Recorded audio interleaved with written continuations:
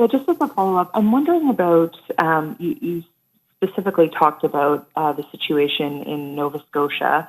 I'm wondering, do you have any thoughts on how the RCMP handled that situation? There's been quite a strong critique by a number of individuals about the response by the RCMP. This is a big conversation right now about systemic racism in policing as well. Do you have any thoughts on that?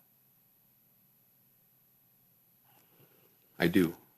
The first job of the police is to serve, protect, and to preserve the peace. What I saw on video is probably a limited snapshot of what went on, but it was obviously alarming.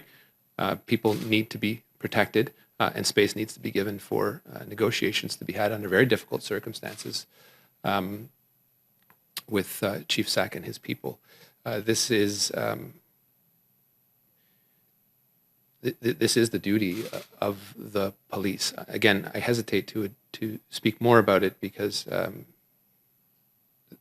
preserving the peace is not a finality in and of itself. It is a process that needs to be maintained, and it includes more than these acute events. That may sound a little philosophical to you, but I think it's an important takeaway from what we've seen earlier on in the year with respect to the Wet'suwet'en solidarity movements and rail blockades. Police are an integral part of that, and their engagement with the population has been at issue in the last, over the course of this year. There's some exceptional people within the police force, and there are also some systems that are beset by systemic racism that need to be addressed. Hard to import all those thoughts into a particular video clip, but I was as alarmed as anyone that saw the videos over social media over the last few days. Again, it's a video, and it's alarming to see it. I don't have the full picture of what exactly went on. Our emergency teams in government are assessing and continue to reassess what exactly went on. It's clear that there is distrust from Indigenous peoples with respect to the RCMP that predates this incident. This is perhaps more evidence to them that is the case. Foremost, the RCMP has to preserve the peace, and we expect as a government, even though it is a delegated entity to the province of Nova Scotia, that they foremost keep the peace, and that is their job, and all Canadians expect them to do it. I will say for the record, we've asked the RCMP and they haven't got back to us, but on a separate issue, federal government, one thing that you're able to do is convene a meeting with both the Indigenous fishermen, the commercial fishermen. This is something that the Premier of Nova Scotia has asked for, and both sides of the dispute has asked for. This is not a new dispute. Why has this not happened yet? And is there a meeting that is in the works? First, we're talking about a fundamental right to earn a moderate livelihood that is a right that the Mi'kmaq are entitled to exercise. The Marshall decision clearly said that in elaborating what that right was based on treaty in 1760 was that it was in follow-up commentary subject to regulation. And so that's really what we're talking about. There's concerns here, obviously, over the state of the fishery industry, illegal fishing, which is not Indigenous. It's well documented that is occurring. So there are elements to be discussed with the commercial fishermen over a number of issues.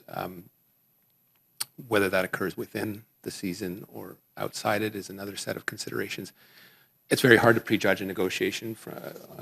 From my perspective, it is very important to have that and to ensure that we can get to a definition of a moderate livelihood that reflects the Mi'kmaq right that has never been defined in a way that that has been accepted by all, and that's wrong. So I've tremendous confidence in Minister Jordan in how she is negotiating with the Mi'kmaq, but there is also a discussion to be had with the commercial fishermen to educate, on one hand, to sensitize, but also to ensure that ultimately they are part of the process. It's very dangerous to be on the waters without a conflictual situation. It's deadly when there is one. And so that is the risk. The risk, if we don't get this right, is that people will die. And I think everyone should be clear about what that means, because violence begets violence. It's unacceptable, and that space needs to be created for those discussions and that place to be had to perfect a right that has existed since 1760. Yeah, so I have a good friend of mine that is a commercial fisherman and has been keeping me up to date of what's going on. And he has sent me pictures and showed me information, and those are the commercial fishermen that hauled our gear. They took anything, took it to the pound. The commercial fishermen brought in undersized lobsters. They brought in lobsters with seeds, and they're trying to blame it on us in hopes to shut down our fishery. Some of the commercial fishermen are very good to talk to. I've had a lot of conversations with them. We're willing to talk with them. Potentially we might meet later in the week, but there's some bad apples everywhere, and some people are just pushing for fights. I'm pretty sure the RCMP has enough in the budget to send enough officers down to take care of the area. When 400 people show up at a site, it didn't just happen. They weren't all driving by. This has been planned. The RCMP dropped the ball, and now hopefully Trudeau steps up and covers for them. The RCMP led me to believe that there's more officers coming to allow our people to get out of the area. They drug it out all day, so I kept my people back and from engaging. The RCMP, they're useless.